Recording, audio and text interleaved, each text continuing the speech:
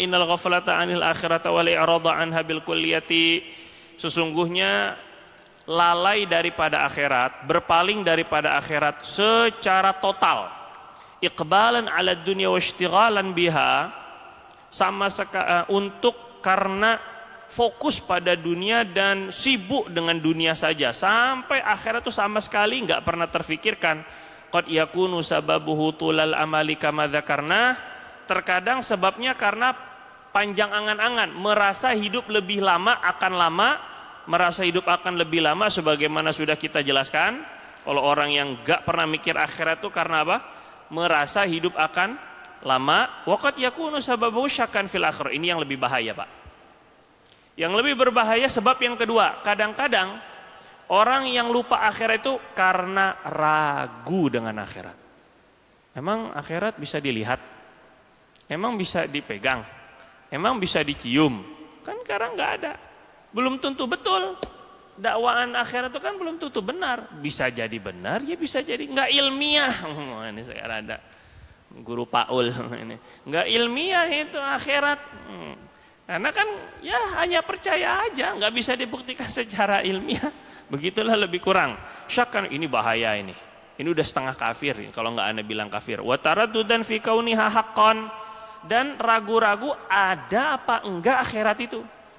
Ada keraguan, apa iya ada surga yang khalidina fi abad, apa iya ada azab kubur, nikmat kubur. Kok saya taruh kamera di dalam lahat, nggak ada apa-apa katanya, gelap aja, nggak ada kita taruh speaker di dalam itu, bunyi suara-suara teriakan-teriakan jeritan, nggak ada, nggak bisa ini. Nah ini, waliyadzu billahi min dzalik fa innahu minal kufri billahi wa rasulih. Sesungguhnya hal itu kekufuran dengan Allah dan Rasulnya. Ini paling bahaya. Di antara penyakit-penyakit hati yang paling berbahaya itu adalah asyakku fillah wal akhirah, ragu dengan adanya Allah, dengan adanya Tuhan, ragu dengan adanya akhirat. Kalau orang masih tulul amal, ya macam kita lah gitu. Tulul amal itu merasa hidup lebih lama, tapi yakin setelah mati ini ada akhirat. Itu masih oke lagi, masih ada keyakinan akhirat walaupun tipis sekali.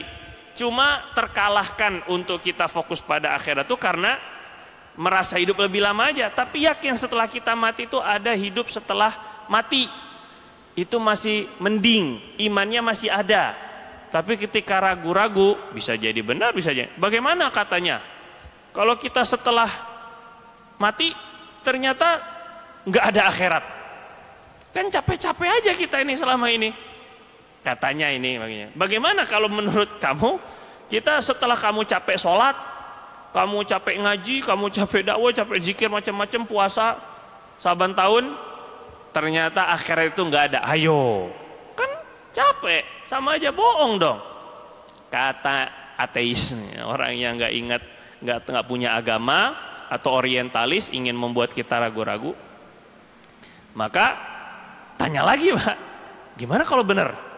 Nah, kamu yang nggak capek-capek, jadi cara jawabnya ya mudah, akal-akalan juga. Dua-dua kan 50% 50%. Boleh jadi ada ya 50% kemungkinannya, boleh jadi enggak ya 50%. Kalaulah kita buat kemungkinan yang sama, sekarang saya capek-capek ternyata enggak ada, itu masih lebih ringan dibandingkan orang yang enggak mau capek-capek ternyata ada. Itu lebih buruk keadaannya.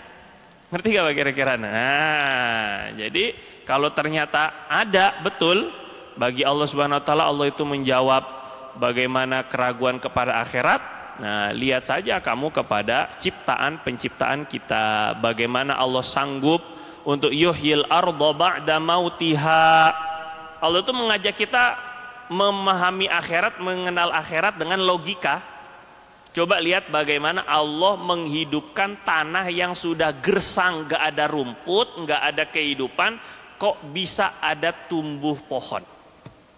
Nah, dia yang menghidupkan tanah mati setelah mati, dia menghidupkan tanah setelah mati. Nggak ada pohon. Kalau misalnya dibilang, oh pohon itu kan karena ada bibitnya, siapa yang pertama kali naruh bibit?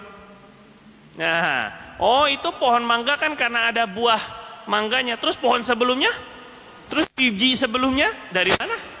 Nah, begitupun juga dengan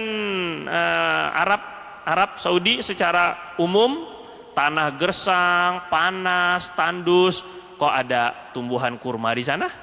Siapa yang numbuhkan? Nah, jadi menghidupkan yang mati, menghidupkan yang sudah mati, kering, kerontang, ternyata Allah sanggup dengan diturunkannya hujan.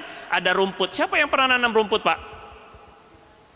Nah, jadi Allah tuh mengajak secara logika.